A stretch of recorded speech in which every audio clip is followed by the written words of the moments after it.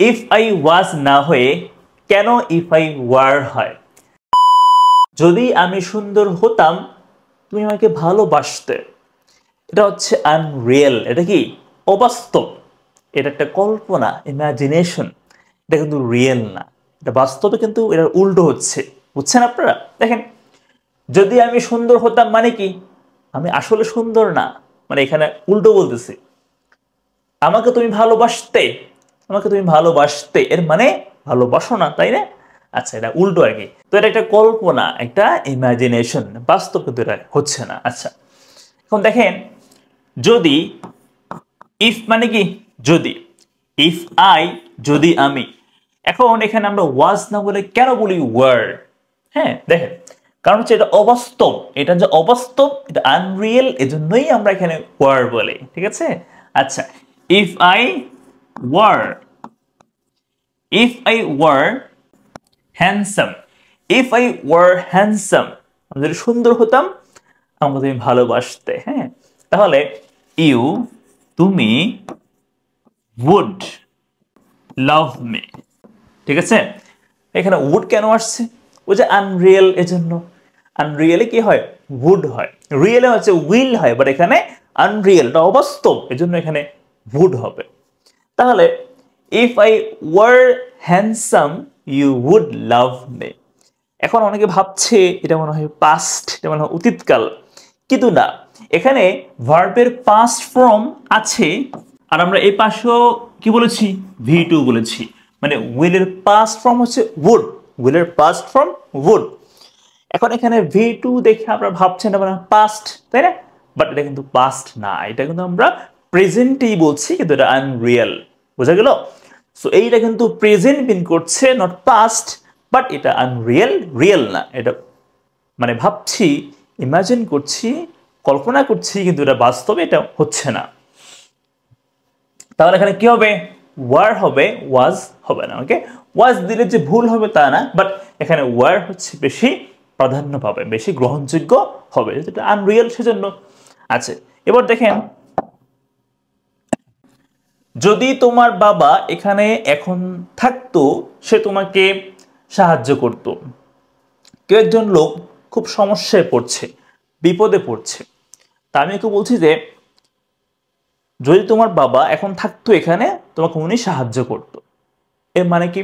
এর মানে হচ্ছে এটা আনরিয়েল, আসলেই কিন্তু তার বাবা এখানে নেই, সাহায্য করতে পারছে না। তো এটা জাস্ট ভাবছি আর কি। এখন if your father, if your father, যেটা বুঝতে হবে এখানে কিন্তু আমরা ওয়্যার ইউজ করব।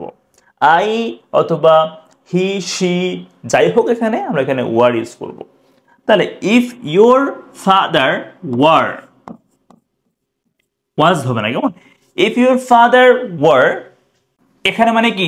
হিয়ার। নাও মানে এখন। So if your father war here নাও, মানে যদি এখন এখানে থাকতো উনি, উনি তোমাকে সাহায্য করতো, তাহলে he would, he would help you. বোঝা গেল? কিন্তু এরকমই বলতে হবে। যদি আমি তুমি হতাম আমি এই বাড়িতে থাকতাম না, মানে আমি তোমার জায়গায় থাকলে আমি এখানে থাকতাম না। কেউ একজন একটা বাড়িতে বসবাস করে, ওই বাড়িটা খুবই ভয়ঙ্কর বাড়ি। হ্যাঁ, মানে এখানে থাকতে খুব ভয় লাগে। আমি বলছি যে আমি তোমার জায়গায় থাকলে আমি এখানে থাকতাম না, আমি এখান থেকে পালাতাম। ঠিক আছে? তাহলে দেখেন, এটা কিন্তু আনরিয়েল। আসলে কি আমি এটা পারবো? সম্ভব না, আমি তো আসলে ও হতে পারবো না। ও ওর জায়গায়, আমি আমার জায়গায়। জাস্ট আমি এখানে ভাবছি, এটা আসলে রিয়েলি কিন্তু এরকম কখনোই হচ্ছে না বা হবে না। এটা আসলে একটা কল্পনা, হ্যাঁ কল্পনা আর কি। তাহলে কি হবে এখানে? ইফ, যদি, I were you, if I were you, এখানে ওয়াজ হবে না, হ্যাঁ এটা আনরিয়েল, এর জন্য ওয়ার হবে। So if I were you, I wouldn't, মানে would not, I wouldn't live in this house, আমি এই বাড়িতে বসবাস করতাম না বা থাকতাম না। ঠিক আছে? Very simple. আচ্ছা, এবার দেখেন, যদি তার ডানা থাকতো সে আকাশে উড়তো, আসলে কি আছে? আসলে ডানা নেই। আসলে কি উঠতে পারছে? না, তাও পারছে না। তাহলে এটাও মানে মিথ্যা, এটাও মিথ্যা। জাস্ট কল্পনা করছি, বাস্তব না, অবাস্তব। আচ্ছা দেখেন তো কি হবে এখানে, ইফ যদি তার ডানা থাকতো তাহলে হি হ্যাড। ভাই আপনি এখানে হ্যাড কেন বললেন? এখানে বলেছি ওয়ার কেন, কারণ হচ্ছে হওয়া বলছে না, হতাম মানে হওয়া। হওয়া বললে কি হবে? বি ভার্ব হবে, ওয়ার হবে। বাট এখানে বলছে থাকা, থাকতো থাকা, তাহলে কি হবে? হ্যাভ হবে না? হ্যাভ মানে থাকা, হ্যাভ সামথিং, কিছু থাকা। তো এখানে হ্যাড কেন আসছে? ওই যে আনরিয়েল, আনরিয়েলি কি হবে? মানে ভার্ব টু হবে, তাই না? এজন্য হ্যাভ থেকে হ্যাড হয়ে গেল। Clear? If he had the wings মানে ডানা। আপনি বলতে পারেন যে the wings of a bird মানে পাখির ডানা। আচ্ছা, তাহলে if he had the wings, সে আকাশে উঠতো, তাহলে কি হবে? He would. এরপর ভার্ব হবে ফ্লাই, হি উড ফ্লাই, সে উঠতো। সে উড়বে হচ্ছে কি হি উইল ফ্লাই, মানে রিয়েল হলে, বাস্তব হলে। বাট এখানে অবাস্তব, সে উঠতো বাট উঠতে পারছে না, আনরিয়েল, এজন্য উড হবে। He would fly. এরপরে ইন দ্য স্কাই মানে কি? আকাশে। ইন দ্য স্কাই মানে আকাশে, আকাশে সে উঠতো।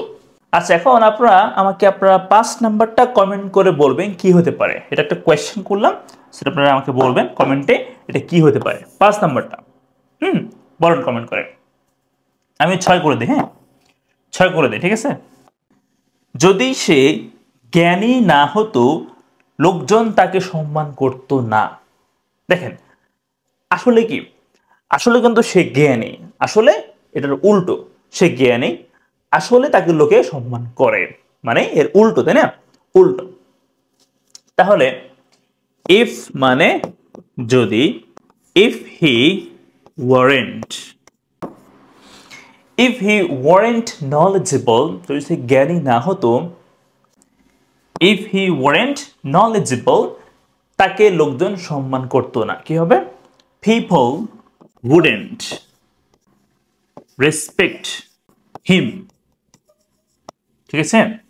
তাহলে if he warrant knowledgeable, people wouldn't respect him, বুঝা গেল? লোকজন সম্মান করতো না। তাহলে এখানে আমাকে মনে রাখতে হবে যে এখানে আনরিয়েল, এটা অবাস্তব কথা, আমি এখানে কল্পনা করছি, ইমাজিন করছি। তো এটা অবাস্তব, এজন্য এখানে হচ্ছে ওয়ার হবে, ওয়াজ না হয়ে। আর এখানে অবশ্যই আপনাকে উড বলতে হবে, উইল বলা যাবে না, ঠিক আছে। তো এই হচ্ছে কথা। আপনারা কমেন্ট করে বলবেন যে এটা অ্যান্সারটা কি হতে পারে। Thank you so much. আসসালামু আলাইকুম।